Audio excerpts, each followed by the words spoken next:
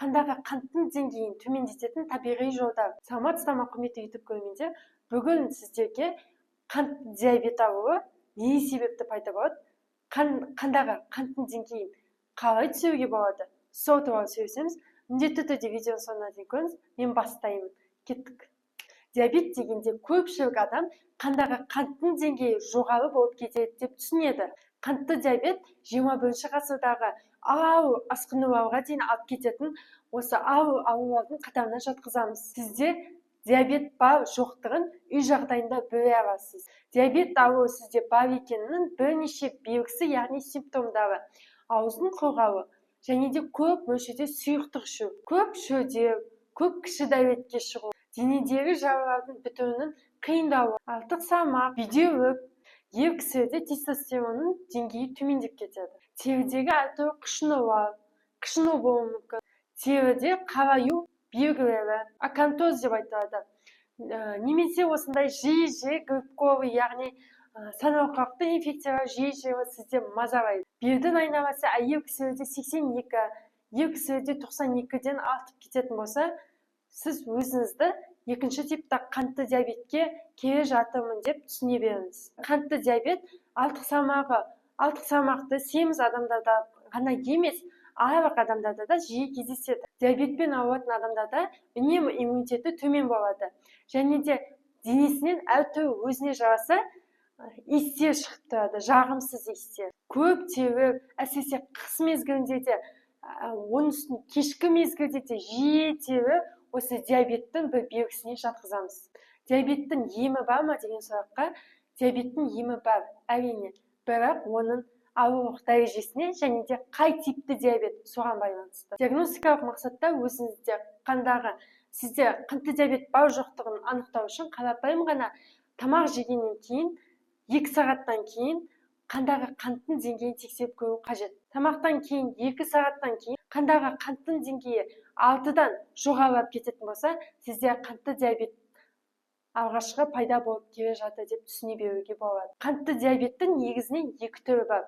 Бірінші типті және екінші типті қантты диабет деп ажыратамыз. Бірінші типті қант диабетінде емдеу кезінде инсулинмен қандағы қанттың деңгейін төмендетеміз. Екінші типті қант диабет инсулинге тәуелсіз, яғни дұрыс өмір сүру салтын ұстану. Артық салмағыңыз болса, соны азайту және диета сақтау, дұрыс тамақтануға көшу. Осы екінші типті қант диабетінен толық емделіп кетуге болады. Ауруды сізге алып келіп тұрған негізгі себеп, яғни этиологиясы артық салмақ, стресс, витамин D жетіспеушілігі нәтижесінде, дұрыс емес өмір сүру салты, тамақтану дұрыс емес, гиподинамия, қимыл қозғалыстың аз болуы сізге екінші типті қантты диабетті алып келіп отыр. Егер сізде екінші типті қантты диабет мазалайтын болса, міндетті түрде аш қарынға серуендеу қажет, диета сақтау қажет, дұрыс өмір сүру салтына көшу қажет, қимыл қозғалысты көбейту қажет. Таңертең аш қарынға жүріп қайту, жып-жылы су ішіп, аш қарынға серуендеу таңертеңгі, бұл қандағы қанттың деңгейін өте жақсы төмендетеді. Ағзадағы клеткалардың инсулинге сезімталдығын күшейтеді. Яғни инсулин қандағы қанттың деңгейін төмендететін гормон. Екінші жолы дұрыс тамақтануға, дұрыс өмір сүру салтына көшу, және де әр тамақтанған сайын жаяу, сіз үлкен кісі болатын болсаңыз, жүгіру, ондай ауыр жаттығу қиын болатын болса, қарапайым жүріп қайту да қандағы қанттың деңгейін төмендетуге өте жақсы көмектеседі. Бұл екінші типті қантты диабетті емдеуде 9 номерлі диета қолданылады. Яғни глюкозасы аз тамақтарды қолдану, мүлдем тәтті тамақтарды шектеу, және де әр тамақтанудың арасында перекус, яғни таңертеңгі тамақтандыңыз, обедке дейін ортасында перекус болмау қажет. Жиі ретсіз тамақтануды тоқтату, интервал аштыққа көшу қажет. Күнделікті 3 мезгіл дұрыс, құнарлы, жақсы тамақтану өте маңызды. Оған қоса витамин D қабылдау қандағы қанттың деңгейін төмендетуге өте жақсы көмектеседі. Қосымша айтып өтейін, сіз егер витамин D қабылдау ниетіңіз болатын болса, міндетті түрде анализ тапсыру қажет. Яғни сізде қай дәрежеде витамин D жеткіліксіздігі, соған байланысты дозада витамин D ішу қажет болады.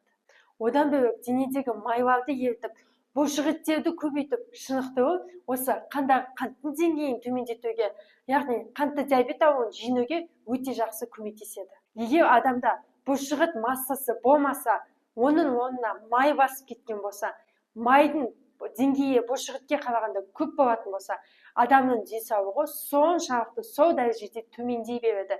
Иммунитеті төмендеді, қосымша букет ауруы адамға қосыла береді. Енді дәрі-дәрмектермен қалай қанттың деңгейін түсіреді және де емдеу кезінде қандай дәрі-дәрмектер қолданылады. Қантты диабет кезінде метформин тобының препараттары тағайындалады. Яғни метформин, сиафол, глюкофаж екінші типті қантты диабетті емдеуде жиі қолданылатын дәрі-дәрмектер. Осыны есте сақтаңыз. Қантты диабетте қолданылатын кез келген дәрі-дәрмекті адамның жеке сіздің жасыңызға, өзіңіздің салмағыңызға және де сіздің өзіңізге жеке басқа да қосымша ауруларыңызға байланысты жеке тағайындалады. Видео бойынша сұрақтар болса, түсінбеген жерлеріңіз болса, міндетті түрде комментарийге жазып кетіңіз. Жауап беруге әрекет жасайтын боламын. Лайк басып кетсеңіз өте қуанышты боламын. Кейінгі видеоларда сіздерге өте пайдалы қазақша медицинаны қарапайым түрде түсіндіруге әрекет жасаймын және де бұл каналда болашақта өте құнды медициналық қарапайым түрде мәліметтер болуына уәде беремін. Сау болыңыздар.